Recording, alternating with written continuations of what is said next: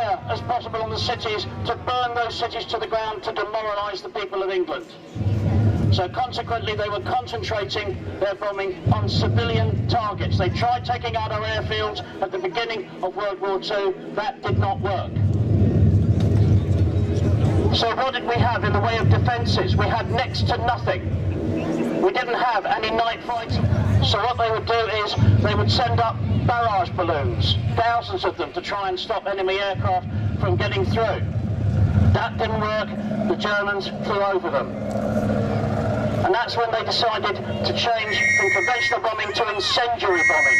And that was the most dangerous type of bombing for a civilian population, because that spread the thing that was going to kill the most people, and that was fire. So consequently, when an air raid alert happens and a bomb hits a building, as you can see that has happened there. Now you can see the colour of that smoke, by the way. That means that there are chemicals in that building. This is a very situation. It's a very, very dangerous situation. We don't know what those chemicals are. We don't know what they can do. So consequently, we have to look at this very carefully and judge to see if there's going to be any people in that building, and if the fire brigade and the men from the National Fire Service can get them out. The National Fire Service played an absolutely vital role during these times. They were the ones that came in and did an extraordinarily dangerous job. And many firefighters lost their lives whilst doing this job, because the bombing would actually be going on whilst they were trying to help out. Now that was an explosion in there. Now that could have been a paint tin going off. Now that was very serious. So what they're doing is they're trying to assess the situation, and here comes a National Fire Service tender. And what they're going to be doing is they're going to be asking the policemen what has happened. They need information before they go into that building.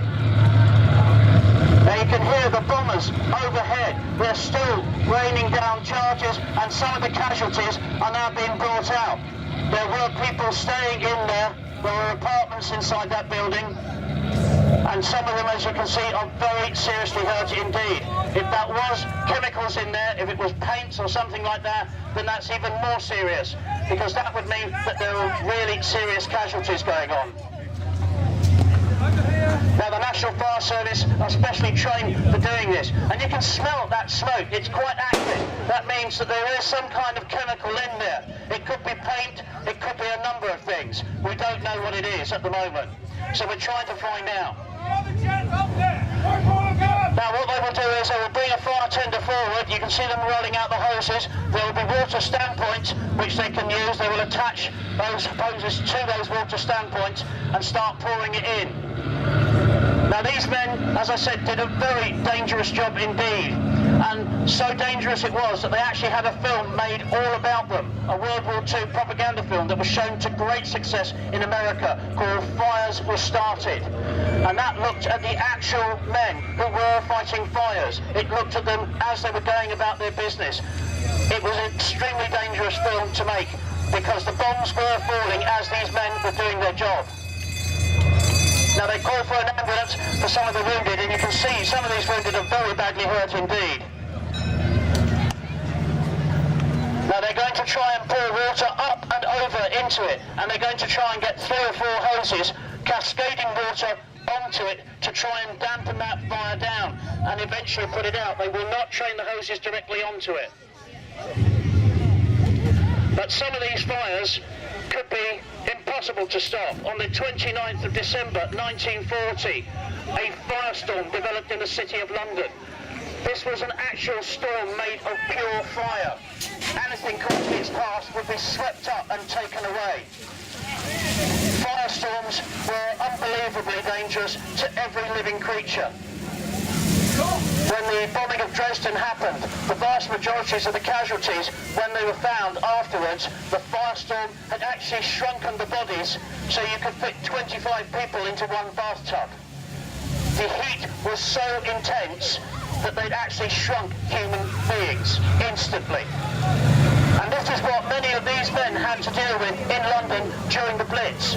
And they went out every single day and night fighting fires. After 1941, you could actually be conscripted into the fire service as opposed to going into the armed forces. So this was a phenomenally dangerous job to do. Now you can see them training the fire hoses over there, and they've got some assistance now from the army as well. There are some army members there. The London Ambulance Service has responded and they're trying to get people into the ambulances there.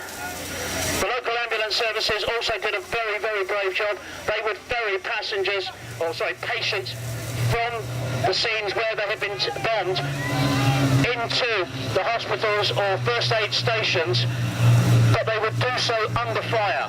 They would actually be bombs falling around these ambulances as they were driving through the streets of the major cities where these bombs were falling.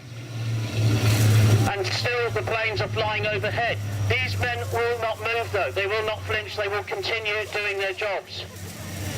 Now you notice with the casualties, what they'll do is they'll triage them and they'll try and assess which ones are the most seriously wounded, and they get preferential treatment. The ones that are dazed but still ambulatory, which means they can move about by themselves, they will be sent out. Now obviously one of the things they've got to watch out for with casualties in a fire situation is smoke inhalation. That's what kills the vast majority of people.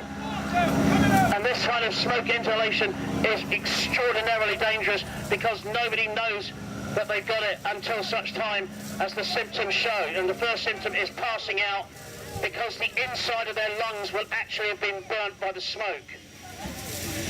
And this is why so many people die in fires. They actually die from smoke inhalation first and not the fire itself. Now they're starting to play hoses into the doorway of the building and up and over into the building, pumping as much water as they can do to start to dampen down that fire. And you can see now that they've also got the hoses playing up into the air from the doorway. They've managed to get themselves into the doorway. And the army, we have some people here from the Polish Parachute Brigade. Now the Poles were training nearby, so they have come along and they've offered assistance. They may even be able to take some of the casualties away by jeep. Once these fires started though, it was normally the men of the National Fire Service that had to do this kind of work. They were the ones who were trained to do it. And you can see now that they're going to go and they're going to try and put a man up on top of that. You can see he's putting on a safety harness there. That will clip him onto that ladder, and he's going to go up to the top of that ladder, and he will play that hose that you can see there, the nozzle of the hose, right at the top of that ladder, and he'll play that into the fire.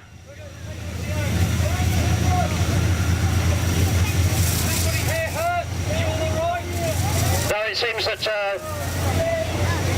the controller there for the ambulance is asking that everybody's fine. Now this of course is a very difficult thing to do in this kind of situation, because he has to try and get this ambulance around without driving over the fire hoses that are trying to put the fire out. Now you can see they're still playing that water in there. Policemen trying to help them out. Very much a joint effort by all concerned. And there you can see him going high up. And that's a very brave lad up there, because I guarantee you would not find me up that ladder. A very brave man indeed, and he will start the hose going. He shouts down saying that he's in position and to start the hose.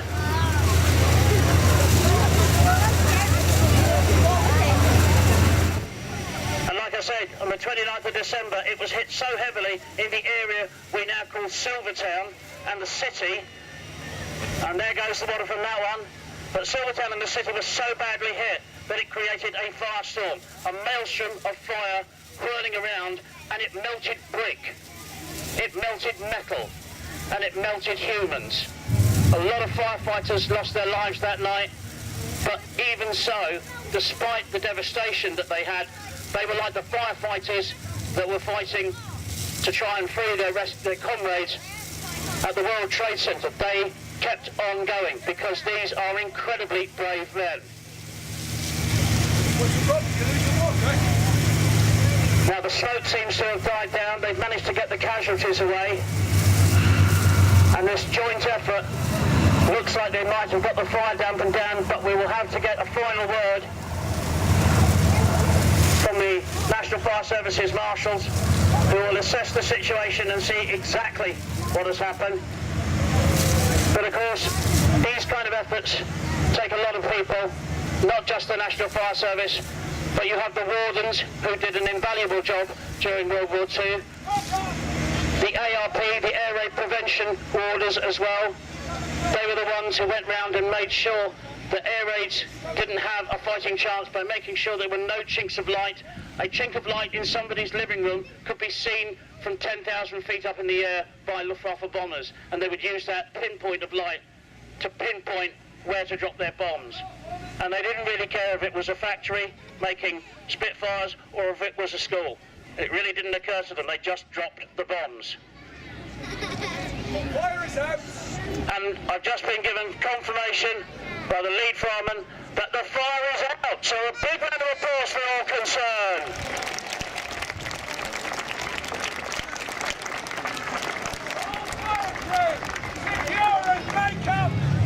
But of course, many civilians still lost their lives due to enemy air action, despite the best efforts of the National Fire Service, despite the best efforts of the gentlemen of the police that you can see here as well, despite the best efforts of the Air Raid wardens, and despite the best efforts of the RAF. Many people still lost their lives right the way across the country. And it's one of the great sad things that World War II saw many more civilian deaths than it did see military deaths. We had it bad in this country. Our friends from Soviet Russia, who got the T-34 tank here today, they lost 20 million civilian dead during World War II. That is an awesome price to pay for freedom.